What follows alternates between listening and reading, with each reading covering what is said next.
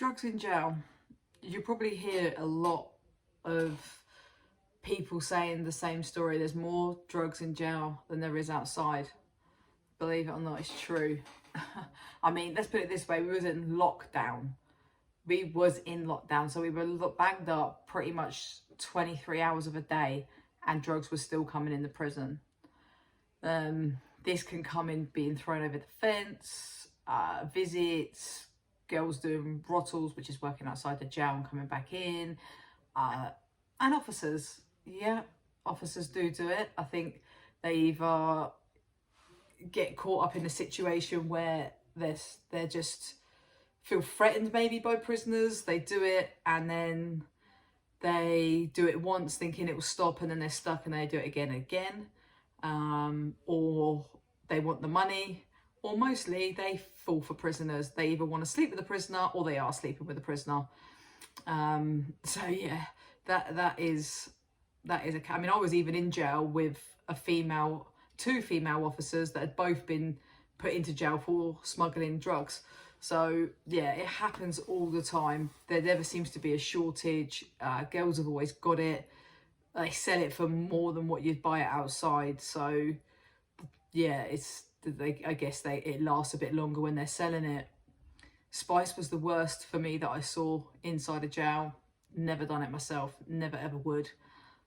I'll never forget, I was stood in the dinner queue one day, and this girl was like opposite. We lined up against the wall, and this girl was in a cell opposite me.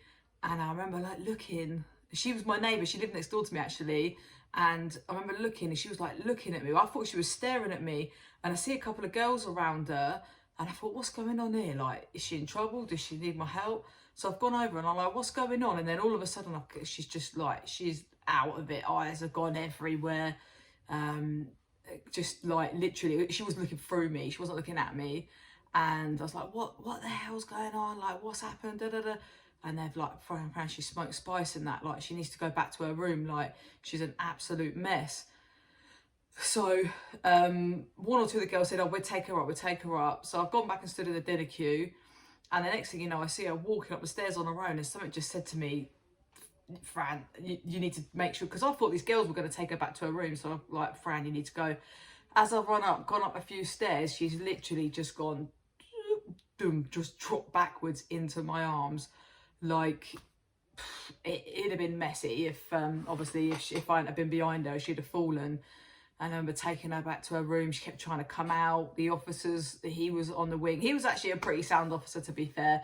He was like, what's going on? What's going on? And then he kept like looking me in my eyes, like, he's like, are you okay? Are you okay? Are you okay? I'm like, yes, I'm fine. I haven't done anything. Like, I'm absolutely fine.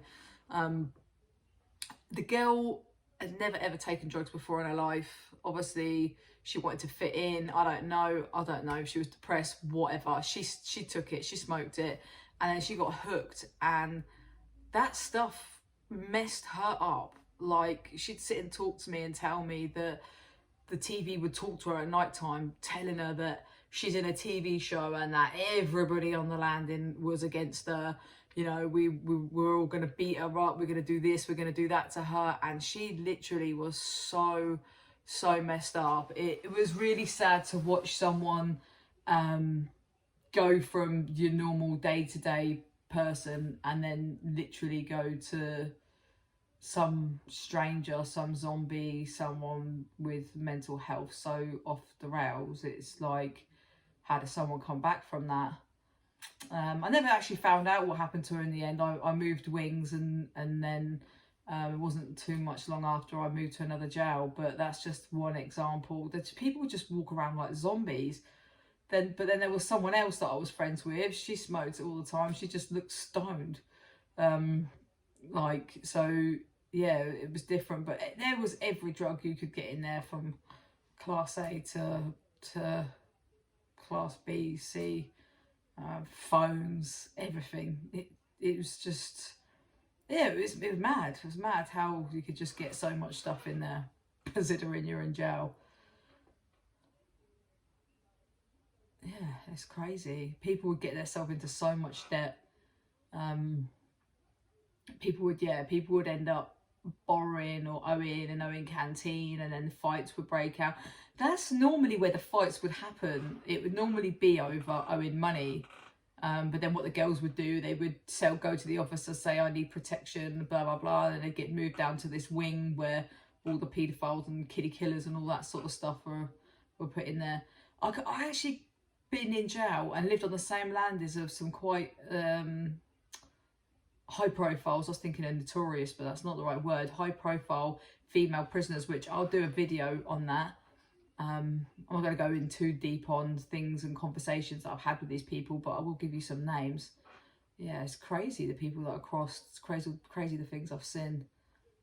Yeah, but drugs is bad in jail.